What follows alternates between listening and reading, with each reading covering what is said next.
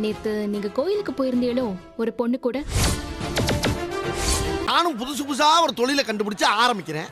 அதை விட புதுசு புதுசா ஏதாச்சும் ஒரு ஐடியாவை கண்டுபிடிச்சு என் தொழிலை கெடுத்து விட்டு போயிடுறா ஐயா. மாமா, மயிலக்காவை பத்தி சில விஷயங்கள் நான் கேள்விப்பட்டேன். ஓஹோ, எனக்கு நிறைய வேலை இருக்குன்னு தெரிஞ்சுக்கிட்டு வலுக்கட்டாயமா முழுக்கிறாரு. அவங்க வீட்ல ரொம்ப கஷ்டப்படுறாங்க போல இருக்கு மாமா. இதே வேலையாத்தான் அலையறீங்களாடா? வேற எங்களுக்கு என்ன சார் வேலை? இது ஒண்ணுதானே வேலை எங்களுக்கு. சென்னையில தெருக்கு தெரு தெரியுறீங்க. ஆமா. நான் நேத்து நீங்களும் அந்த பொண்ணு பேசிட்டு இருக்கிறத பார்த்து ரொம்ப பயந்துட்டேன் மாமா. சங்க நெரிச்சிருக்கான். ஒரு நாஸ்டாலஜிக்கா இருக்குமோ நான் கேட்டேன். நாஸ்டாலஜியா எங்க அசிங்க அசிங்கமா கேட்டுருவேன் நான். ஒருவேளை மயிலக்காவை விட்டுட்டு நீங்க வேற ஒருத்தர் இல்ல. எனக்கு எரிச்சல் வருது உன்னை நான் கெட்ட வாரத்துல திட்டி போயிருவேன். அப்புறம் பெத்த அப்ப மன நிக்கிற ரத்தம் கொதிக்குது உன்னை பார்க்க போயிரு. விட்டு வெளியே வந்து நீங்க வேற ஒரு வாழ்க்கையை பத்தி யோசிக்கிறீங்களோன்னு எனக்கு கொஞ்சம் பயம் வந்துச்சு. நான் சொல்றேன், இப்ப இது இருக்கட்டும். தேவலாம் பேசிட்டு இருக்கா, அதாவது எதுக்கு தேவலாம் முழு மாதிரி பேசிக்கிட்டு இருக்கான்.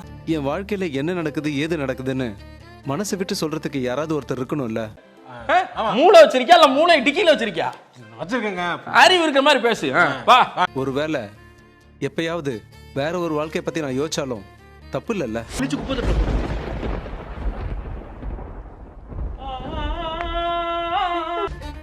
மயில் பண்ண தப்புக்கு முன்னாடி நான் பண்றது எதுவுமே தப்பு இல்லைன்னு தான் தோணுது. நீங்க புக் எழுத கூடாது.